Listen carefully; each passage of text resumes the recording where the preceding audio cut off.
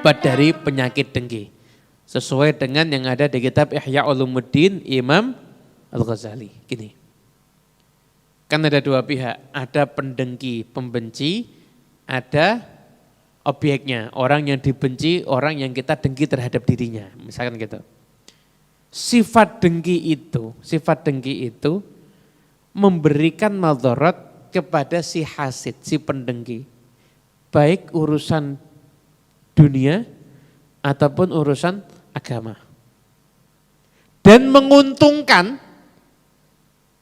yang dibenci, yang orang-orang dengki sama dia, pihak objek yang didengki tadi itu, baik urusan dunia ataupun urusan agama. Berarti kita baru denger ini aja kita udah ngerti, loh ini ternyata nggak ngefek buat dia kebencian kita ini. Kok bisa gini? Kalau kamu dengki sama orang, berarti kamu benci dengan nikmat Allah yang ada pada diri orang tersebut. Kalau kamu benci dengan nikmat Allah yang ada pada diri orang tersebut, berarti kamu marahnya sama siapa pada intinya? Allah. Yang ngasih nikmat dia siapa? Allah. Lah Allah ngasih nikmat dia tapi kamu marah. Kenapa kok Allah ngasih dia? Ini bukan lagi bahaya, ini ngerusak iman. Ini merusak iman. Apa bedanya kamu dengan iblis? Yang dia itu marah kepada Nabi Adam. Kenapa kok saya suruh sujud sama dia? Kok dia dimuliakan dengan sujud? Dan saya yang harus disuruh sujud. Bukankah aulia Allah, para nabi itu senang kalau lihat orang lain mendapatkan kebaikan. Tapi iblis dan syaitan itu senang kalau lihat orang lain ditimpa kesusahan. Lah kok kita ini dalam urusan iman enggak mirip nabi, enggak mirip wali, malah miripnya dengan syaitan dan iblis. Untuk agama kita sifat dengki bahaya apa enggak? Bahaya apa enggak? Ya, satu. Untuk urusan dunia kita, bahaya apa enggak? Bahaya. Kok bisa? Dari sisi mana? Dari sisi kita akan tersakiti ketika lihat dia mendapatkan nikmat. Padahal kehidupan manusia itu mesti enggak mungkin kosong dari nikmat. Pasti Allah akan memberikan nikmat. Tapi dia dapat nikmat, kita susah. Bukankah susahnya kita ketika lihat dia mendapatkan nikmat sudah merupakan satu gangguan terhadap diri kita? Anda benci sama orang, begitu Anda benci Anda nunggu-nunggu, ntar lagi kualat sama saya. Ternyata dapat duit banyak bangun rumah dia. Oh, tambah sakit hati. Setelah dia bangun rumah Anda tambah benci, besoknya pergi umroh sekeluarga. Oh, tambah benci lagi. Besoknya beli rumah sebelahnya, rumahnya dilebarkan lagi. Lama-lama bisa serangan jantung gitu. Bahaya enggak untuk urusan dunia kita? Bahaya. Kenapa? Karena menyimpan kedengkian dan menyimpan kebencian. Betul enggak?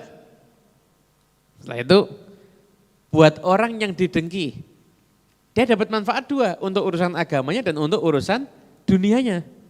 Kok bisa? Ya secara urusan agamanya, orang yang dengki sama dia mau enggak mau nanti akan ngomongin dia lah. Kalau dia diomongin sama orang lain, maka orang yang ngomongkan dia ibarat menghadiahkan pahalanya kepada dia. Diuntungkan apa enggak dia? Diuntungkan atau tidak? Diuntungkan. Dan yang manfaatnya untuk urusan dunia, dia dimusuhi. Ketika dia dapat nikmat, musuhnya tersakiti. Cukup. Musuhnya dengki sama dia dapat nikmat, dia nggak usah ngapa-ngapain, musuhnya udah tersakiti. Manfaat bagi dia untuk urusan dunianya dia. Oleh karena itu, kalau kita tahu ini berarti kita harus ngerti bahwasanya kalau kita tahu ilmunya dengki itu ternyata cuma membahayakan pelakunya dan mendatangkan manfaat bagi korban orang yang dibenci atau orang yang didengki tadi. Makanya kita obati diri kita daripada penyakit dan dengki. Ini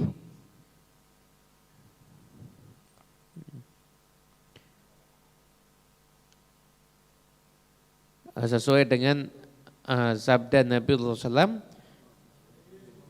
bahasanya orang itu kalau sampai dia itu dengki sama orang lain, pokoknya jangan ngomong, nggak usah dia itu sampai kemudian merealisasikan kedengkian tersebut.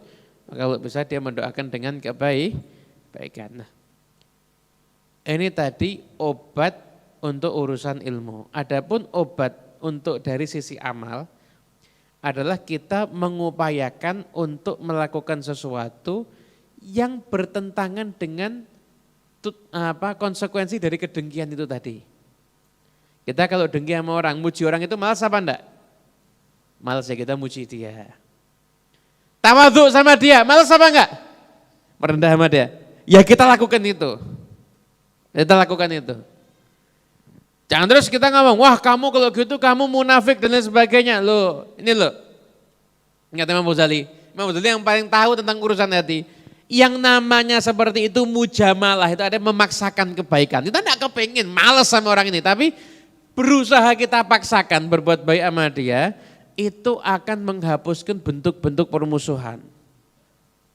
Harapannya apa? Bisa jadi potensi keburukan dari permusuhan itu akan bisa diminimalisir kalau kita mujamalah memaksakan berbuat baik kepada orang yang kita musuhi.